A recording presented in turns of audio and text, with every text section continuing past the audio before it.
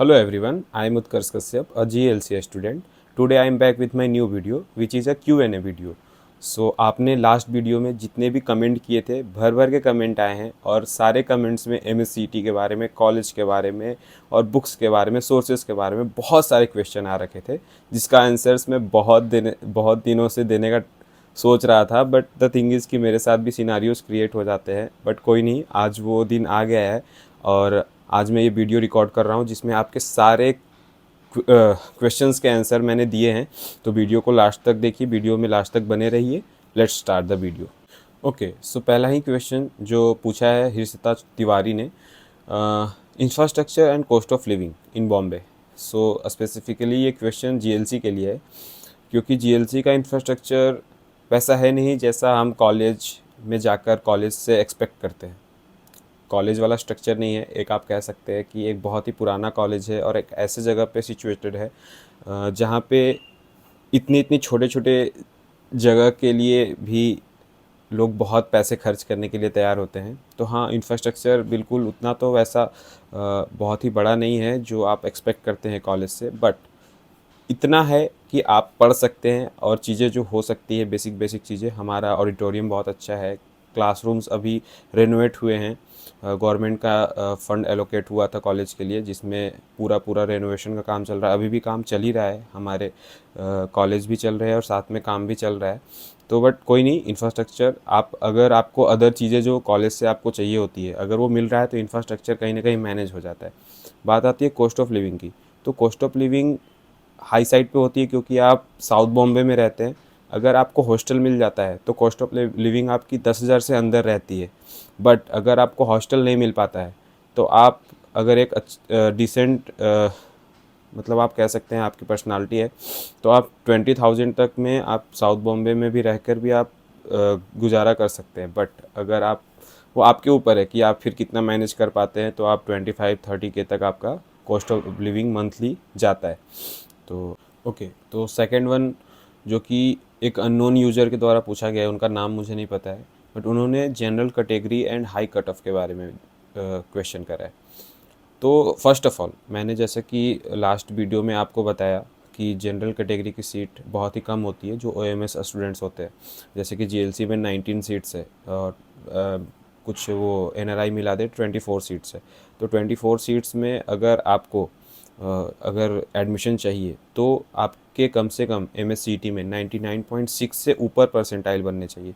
या cut off बहुत आगे और ऊपर जाता है, बट ये हमारे ऊपर है कि हम भी कितना ट्राई कर पाते हैं। मैंने आपको ये भी बताया था कि जीएलसी के बाद अगर आईलेस मिलता है आपको तो आईलेस भी आपको जाना चाहिए, क्योंकि आईलेस भी एक बहुत अच्छा कॉलेज है, नो डाउट बहुत अच्छा कॉलेज है। तो आईलेस के भी कट ऑफ 99.2 से ऊपर ही जाते हैं OMS के लिए। तो okay, so small correction for last video जो कि था MSCT 2026 प्रिपरेशन के लिए।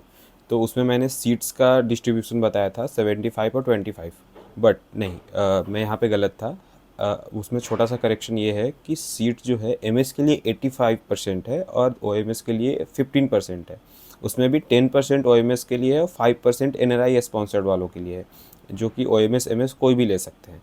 तो ये ये करेक्शन था जो कि सीट्स के लिए था, तो प्लीज़ इसको आप नोट कर लेंगे। ओके, सो ये जो क्वेश्चन नंबर 3 है ये बहुत ज़्यादा लोगों ने पूछा था, जो जैसे कि करीम सैयद, गायत्री, नूर बानो, ये 3 लोगों ने ये क्वेश्चन करा था कि सोर्सेज एंड बुक्स के बारे में बताइए।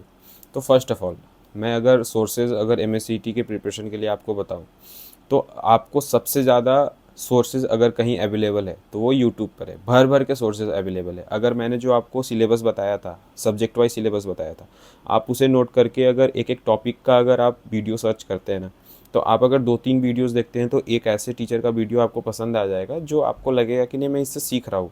तो आप उससे उससे एक सोर्स से आप कर सकते हैं प्रिपरेशन।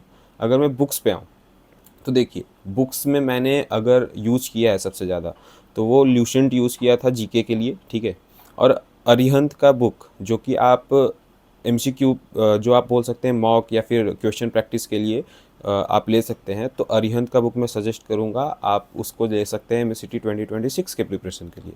सो क्वेश्चन नंबर 4 था आदित्य रंजन का।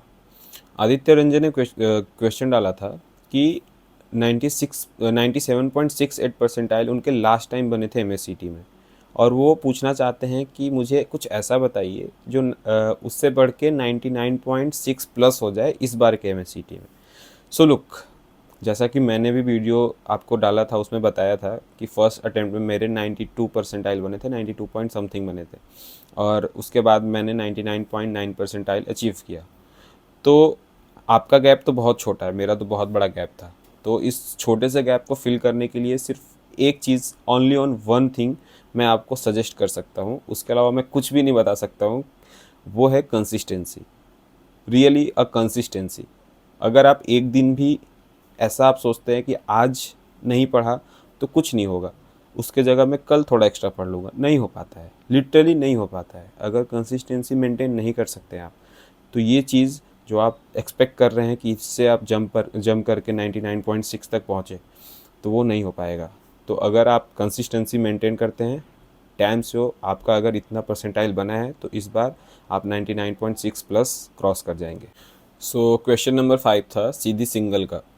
उन्होंने पूछा है किस कोचिंग के मॉक्स लेने चाहिए, मतलब किस कोचिंग के मॉक्स हम अटेम्प्ट कर सकते हैं।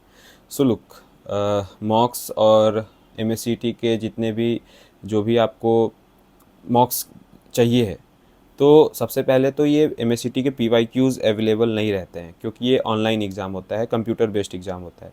तो इसके मॉक्स अगर आपको चाहिए तो आप टेलीग्राम एक अच्छा सोर्स है जहाँ से आप हर मॉक अवेलेबल कर सकते हो, हर कोचिंग के मॉक अवेलेबल कर सकते हो।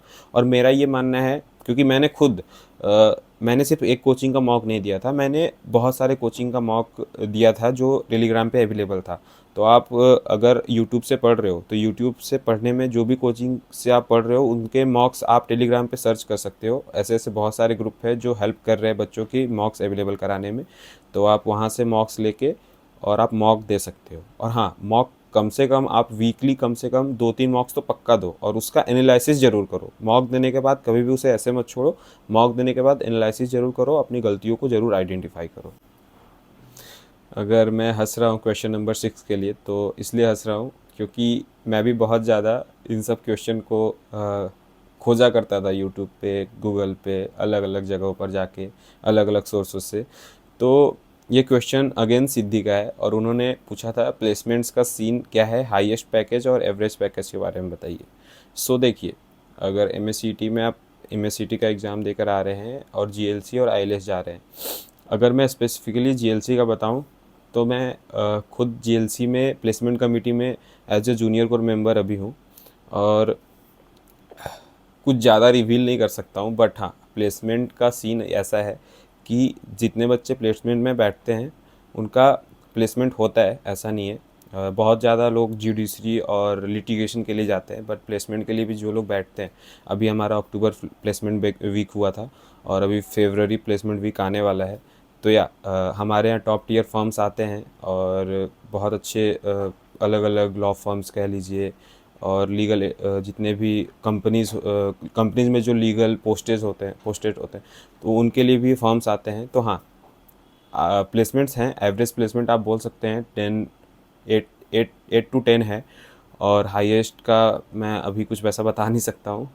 आईएलएस का भी सिमिलर टू जीएलसी है, तो या आप इससे आइडिया एक ले सकते हैं। नेक्स्ट क्वेश्चन पे आते हैं। नेक्स्ट क्वेश्चन पे आने से पहले मैं प्लेसमेंट के बारे में एक चीज़ और बता दूं।